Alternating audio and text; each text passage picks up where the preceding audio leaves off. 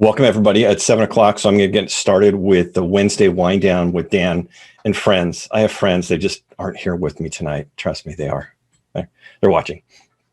I'm going to wait for the comments to start popping in, the snide comments. This is the webinar and YouTube show for outdoors folks and people that like to be outdoors, people that like to get together with friends, people that like to drink beer or adult beverages, having a harder time doing it due to COVID. Thus, the show was born. So I'm Dan Conger. I'm the host. It's just me tonight. My original guest had a change of plans, so we'll move her a little later on. So I think I got a good fill in. So tonight, my beverage of choice is a sour. This is brewed. This is actually a San Diego brewing. This is a McKellar brewing out of San Diego, and it's a saison and a tart blend. So it's actually very tart, but so it's nothing I'm going to chug, but quite good.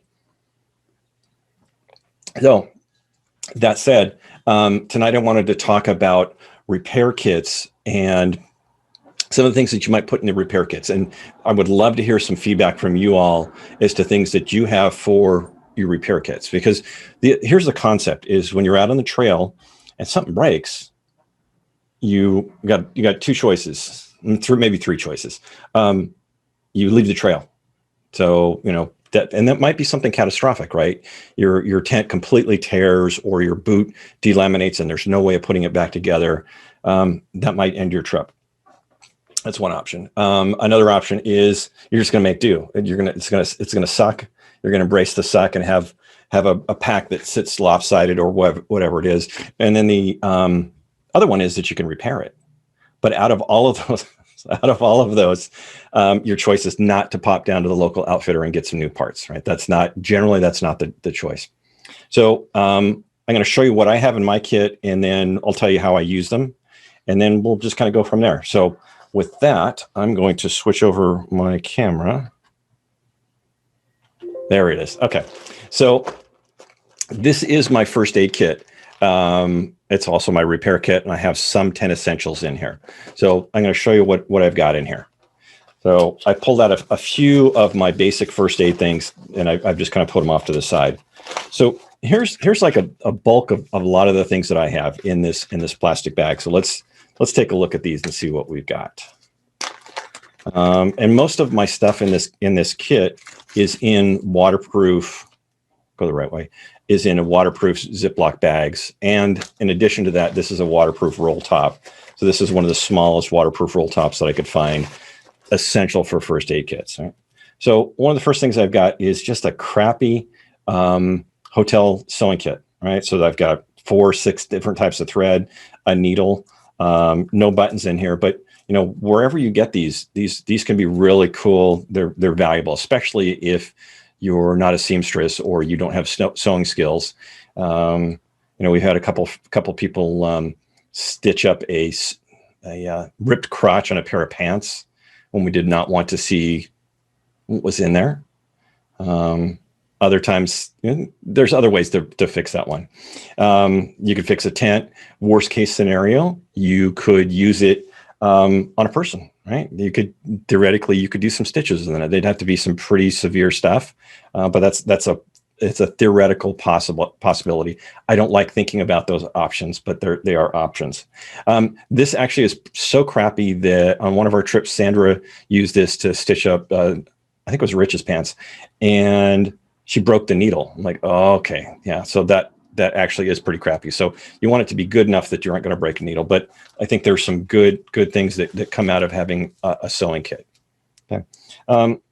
My other repair items that I have is I've got a couple of safety pins, right? I've got 4 different safety pins here. It's just my minimum number that I chose, but safety pins, you can do a lot with it, right? You could, if you don't have these sewing skills or you don't have the time, you could just clip something together, but you could also use it for your pack. You could use it as a tent zipper pull, lots of other different things on this one. So those are pretty good to have, some safety pins. I've also got a couple of different zip ties. So I've got some of these little tiny zip ties and some of these larger zip ties. And these larger zip ties, I only have 2. I have two of the big ones and 4 of the small ones. Is it enough? Who knows, right? But it's definitely something to get started with. And I have definitely used these small ones before on the trail for some hip belt modifications one time. So zip ties, worth their weight in gold. And you can see one of the things about them is managing the size. So they're long, and they tend to need to manage that one. I've also got some thin wire here, and let me unravel this a little bit so you can see what it is. This is actually a very light gauge florist wire, and you can see that it's really light. And I've got maybe 2 feet of wire here. I used to have a heavier wire that I carried in there. I thought it was a little overkill, and for just a few grams, the weight penalty on this one is rather low. Next thing in there is I've got some cord, and this is just some heavy duty Mason line. I really should replace this with a better line, but this will work in several instances. The other thing I kind of like about this one is, we can zoom in on this a little bit. You can see, since it's braided, if need be, I could break that into separate cords, kind of like a parachute cord. You could do the same thing. So some sort of cordage or string is really good. I've had a lighter cord in there before, and I've used it as a clothesline. Not really repair, but it works well for that one. And then just in the same bag, for whatever reason, I've got a hair tie, a hair scrunchie. If you're hiking with someone that has long hair, it might be nice if they forgot about it. And you could use it as a rubber band. You could use it a couple different things. If someone gets a snake bite on their finger, you could do a finger-sized tourniquet. No, don't do that. Okay, so that's my first bag of goodies that I have. So let's move those out of the way so we aren't bothered with those. Let's look at I want to keep track of your chat as we look at this one. Okay, what's the next one I've got? This is a good one right here. So this one, in this bag, I've got 2 adhesives. So first one is, we'll see the other part of this one. This is pad repair glue. Right, Kelly? Yeah, you got to have that. This is really critical stuff to have. And then this is also like a microscopic size super glue. Super glue, incredibly valuable for lots of different things. I don't use bladders anymore, but a couple of times I would get a pinhole in a bladder. You drain it, put this over the pinhole, let it dry. Works great, right, for just about all bladders. The reason these small ones are good, they're good for twofold. Is one, I don't need that much super glue. I don't need, the larger tube size that super glue comes in this size. But the other thing about super glue is, once you open it, you've got a couple of weeks before it's worthless, right? So it's not something you can use all year. Once I break the seal on this one, I'm going to pitch it and replace it from my kit. Yeah. Dave has a question. Is that super glue still usable? I've had many tubes that turn solid. Oh, that's interesting. I've never had that issue. I've only had that issue when I've opened them. I've never had them go bad inside the tube. So, and I can actually feel that this has a little bit of give to it. So maybe it's something good to kind of be aware of. Okay, so adhesives are really valuable. And then that goes with my next portion of the kit. There's more adhesives. So I've got a couple of different type of pad repairs. I've got the pad repair type that looks like chewing gum that's in here. Of course, the instruction, because everybody's different. And then I've got some of the glue-on patches that would go with the glue. So I think I've got 3 of those. And of course, if need be, this is circular, but I could use those edges if I really got into a pinch, right? But honestly, for pads, I find that 9 times out of 10, just a dab of glue and let it dry, that's almost all you ever need to do. It has to be a pretty severe hole to need to use these patches. And then I haven't used I call them chewing gum, but it's kind of it's like a sticky glue stuff. I have not used that. Sometime I need to try it. And then the alcohol wipe that goes with this definitely will dry up. These don't last terribly long. So I need to remember. I probably should date that or something like that. Put a date on it. Okay. Next up is, I can't believe that I did not take these on my last trip.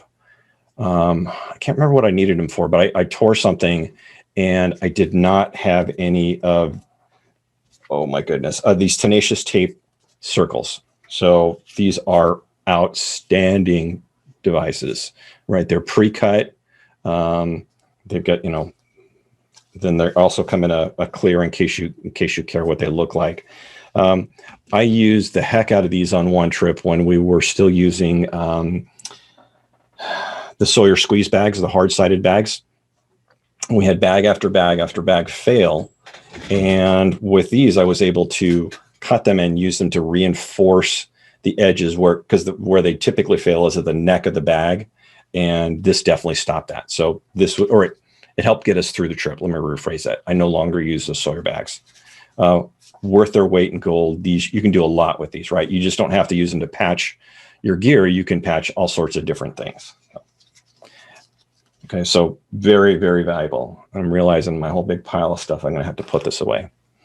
The other thing that falls into adhesives is Gorilla Tape, right? Gorilla Tape, way better than duct tape, extra sticky. And what's interesting is it doesn't seem to dry out like duct tape will. I like this thinner tape. What is this? It's about like 1 inch or 3/4 1 inch wide. Very, very good stuff. I keep a roll. I have a big wide roll in the garage, and then this one as well in the garage. But this is too much, right? I don't need this much. So, of course, hopefully you know the trick of putting it on your trekking pole. And I just have maybe 3-4 wraps around each pole. You don't need a whole lot of it. You can do a tremendous amount with that. Okay, beer break. I need a sip here. Yes, that's tart. While we're thinking about it, again, if you got questions or comments, throw them in the chat or the Q&A, and I'll definitely catch them a little bit later. The other one, another adhesive is, and this is primarily a first aid item, but it fits into repair, right? Because we want anything that crosses into two categories is always a good thing. And this is Leukotape, and Leukotape, way better than white cloth tape or any bandage tape, right? This is great for hot spots, friction fighters. If it's not quite moleskin ready, but it's irritated, you can feel the rub on your foot. This is great, but this is also a good adhesive, right? So I've had instances where I've used all of these to hold something together. When you're on the trail, you're going to go for your entire arsenal of adhesives. Now, Leukotape comes in a big ass roll. It's bigger than that Gorilla Tape roll, and that's really tough to manage. It's a difficult thing to manage, and nobody needs 10 ounces or 12 ounces of Leukotape on the trail. Even if you're out for 2 weeks, you don't need it. So I forget where I read this one, but these are label sheet. They're the backings from label sheets. So imagine name badges, that slick backing sheet that the adhesive is stuck to. Just take that and then cut it to size, and now you can fold it and you put it in bite-sized pieces. And honestly, I probably have more than I need, so I could slim this down a little bit. But again, crosses over into the repair or first aid category. Really valuable tool as well. Let's see what else we got in here. Okay, we're definitely firmly into crossover items. So I actually carry real tweezers. I found that real tweezers, not tweezers built into your utility tool, we can get in some really fine work, right? So if we have a tweezer, a splinter or something under your fingernail, you can really get in and work with these. And then I just got a little section of tubing to keep it closed. So tweezers might fall in that repair category. I don't know. This is kind of a tool thing, but I do keep nail clippers in there. Now, I've kind of got that OCD thing going where all of a sudden when I realize I can feel my nails, I'm like, oh, they're too long, and I'll go nuts. And it invariably happens on the second day of a week-long trip. So you could probably use this for some repair items. Another repair item, primarily first aid, is a safety razor blade. Definitely a case of, I don't want to think what a person might use it for first aid, but I'd rather have it. It's the closest thing to a scalpel that you might have out in the field. And of course, it's very sharp, but definitely you could use it for repair items. If you didn't have a pair of scissors and you needed to cut this would be a fantastic way of cutting tape. Okay, let's see what else we got in here. I think we're into, no, this is all first aid, and I've got a few more adhesives. Okay, so this is just first aid and fire starters and things like that. Okay, I do have a couple of tools. Oh, here's a kind of a cool one. This is a cable, it's a Velcro cable tie, and I actually have little tiny ones on my, about 3 of them on the outside of my day pack, and then I've got some larger ones on the outside of my overnight pack. And these things can be a real lifesaver. These are too light for snowshoes, but I have a pair around my snowshoes. And when I don't want to carry my snowshoes, when I want to attach them to my pack, these work well. Trekking poles, if they aren't in the right place, little tiny things like this, and since they're Velcro, very, very light. So I have a couple of these that I carry. Maybe it kind of complements, the little guy. And then the other one I've got, and this is probably the biggest one for me, is my multi-tool, right? And this particular one is a Leatherman Squirt, the PS4. And for me, a multi-tool must have a pair of pliers on there. That's my absolute requirement. I want that before I want a pair of scissors. So scissors in here, I'm not doing crafts out on the trail. This is very utilitarian. As well as that, we've got a pair of wire cutters in there. Should you ever, well, it's not going to cut through a barbed wire fence, but you could do some stuff with this. The other thing that's on here, let's see what we got in here. Of course, we've got fixed blade. The survival guys are going to laugh at that and say, "What is that? That's a maybe 1.25 inch blade, if that." Like, you can't baton any wood. You can't cut down a tree. You're right. I'm not planning on cutting down a tree. I want to cut off some salami and maybe cut a bandage. The other thing that's on here is a file. So this could work as a nail file. This could take the sharp edge off of something broken that's metal. So you could clean something up with that. Files can be really valuable.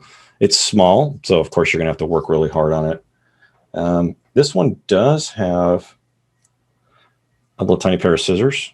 All right, so we're not going to do any big cutting on it, but enough to cut bandages or mole foam, mole skin. And then I think we've got 2 different screwdrivers on this guy. Got to have enough fingernails to get into them. So this has a flat blade screwdriver and a pointed. This is kind of an awl. It could be an awl to poke holes in it, but it's intended as a Phillips screwdriver.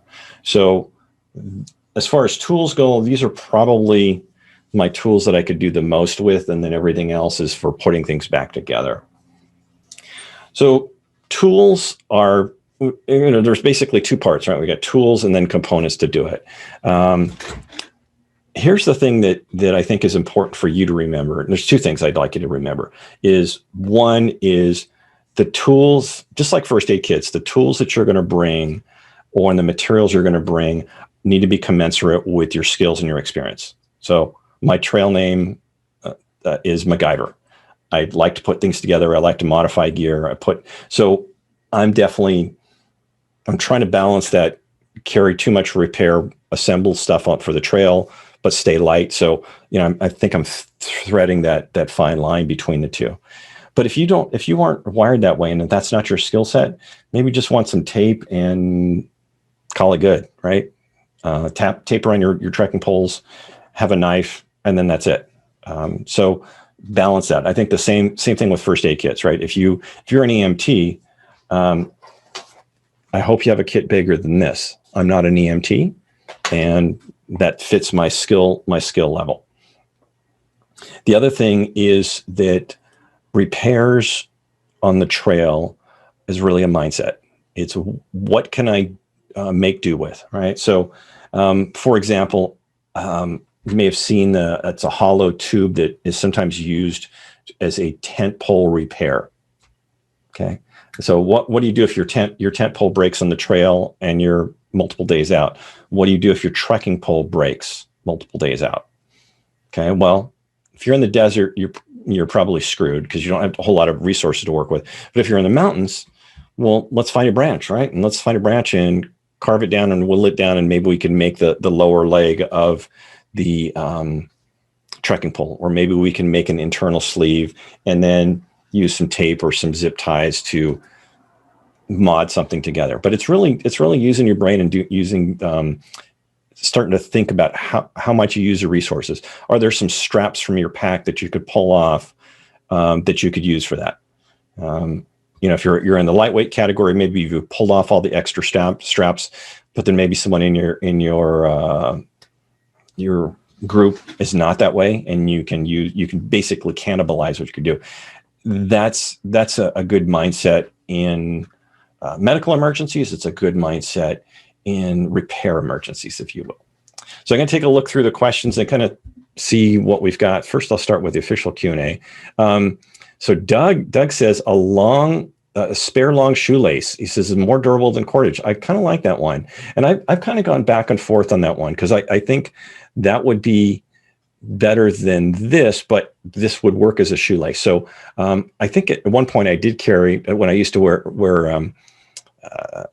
leather Vask boots, or low boots, pardon me. I had an extra lace in there, so that was good. The Velcro straps are good. Tenacious tape, either in the pre-cut pads or in a roll. I think that's fantastic. I absolutely agree with you, Doug.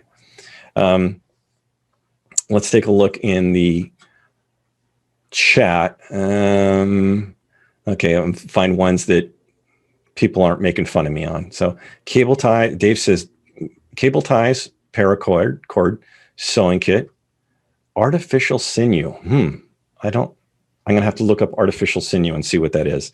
Duct tape, hair scrunchies instead of rubber bands. Oh, so this is a hair scrunchie with the fabric over them, but actually the ones with the fabric on it, I could see that working too, right? This is one of those things in my book. I carry this for two reasons. Just like the same reason that I have some feminine hygiene products in my first aid kit, right? We can be used for this, or you could be somebody's best friend if they got messed up, or they were in the wrong, they miscalculated. So if someone forgot that the wind was blowing the long hair, this could really save someone's life. Well, not quite. Super glue, the sewing kit. So Sandra says, on the sewing kit, I now carry a needle made for the visually impaired. That's for real? I carry a needle made for the visually impaired. It snaps into the thread in the eye. No more threading. I gotta find this. That sounds really cool, because if you had to do anything and your hands were cold, or, I mean, my hands are nice. They're city clean right now. They're never like this on the trail. Very cool. I like that. And then Dave says, I had a boot sole start to delaminate. Yep. He tried the tenacious tape, but didn't have enough to tape. Yeah, if you didn't have enough, that could be tough. Ended up using the paracord with a knot to tie it off in several spots. Okay. He's calling it an arbor knot or a Canadian jam knot. Look it up, folks. That's news to me. I would have tied it off in I was going to say a Girl Scout knot, but that's derogatory. I'm trying to think of a Dan knot. So yeah, but paracord is nice, because some people that are really ultralight, that will gut the paracord and use the outer casing and the inner casing and use them separating, right? Let's see what else we got. Okay. Oh, okay. He did show me the bit. Any more? One more question. Good point, Doug. Huge shout out to the tiny pliers. They've saved multiple trips. So I would agree with that. And I think that's why, for me, tiny pliers could be a real lifesaver. Now this could fall into the first aid category. So let's say we got a big, ugly impalement, and it's not quite a splinter, and tweezers are not gonna pull something out that really has a grip. I've seen instances where this could be really valuable on getting some good leverage on something. Or most of our packs these days don't have a nut and bolt, but my old JanSport back in the day had a nut and bolt where it would connect onto the hard metal frames, and you needed something like this. So that's valuable there. I think that's the gist of what I've got. Takeaways. Have some gear commensurate with your experience. Use everything at your disposal. It's not things that you just have in your kit, but if it's you and friends, say, here's what's going on. How can we put this together? And then it's really a mindset on how you're going to do it. There was a trip that my brother Mike and I were on, and we were coming out over Bishop Pass. We were coming back out, and we ran into a group of people, and there was maybe 5 or 6 people, and they were all clustered around, and we took a break and walked over and like, everybody okay? What's going on? And somebody in their trip on that outing had a very crappy, it was an department store backpack. So it had a solid sheet frame, and the lower, how'd that work? The straps connected onto that plastic frame, top and bottom. So that completed there was no true frame. It was the plastic and then the connection to it. What had happened is that plastic sheet on the back completely had cracked. Well, now what happened is the torso length got incredibly long. It was flopping all over the place. And they were trying to figure out, could they fix it? Now, I had more zip ties than this. I had the heavier wire. I had tape. I had 2 different types of line. So I had a larger repair kit, and I kind of looked at it, and the inner MacGyver in me said, I could totally fix that. I could put that together. But then I realized after a little more talking that they were going in. So they were 4 hours into their trip, and we were 6.5 days into our trip. So we were almost coming out. And I kind of made my judgment call. And I didn't tell them this, but I'm sorry if people that were on the trail, if you're listening, I'm a jerk. I decided not to help them fix it. And my advice to them was, go back into town, go to Bishop, and go rent a pack or buy a pack. Because what I didn't want to do was repair it enough to get them in over Bishop Pass or get, into Ducey Basin or wherever they were going and have it break again, right? If you're coming out, that's a whole different story. So I would never do a backcountry repair like that to get somebody in. I would only do it to get somebody out. So one last time, we'll take a look at the Q&A, and then we'll wrap it up. If Sandra sends me a link to those visually impaired needles, or if I can find them, I will put them in the show notes. They'll be on the YouTube, a link in there, because that sounds like a really cool idea. Okay, so with that, we're going to call it a night. Cheers to you. Since I did all the talking tonight, I didn't have much time to drink my beer. So I'm going to finish up, drink my beer. Have a great night, everybody. We'll see you next week. Bye now.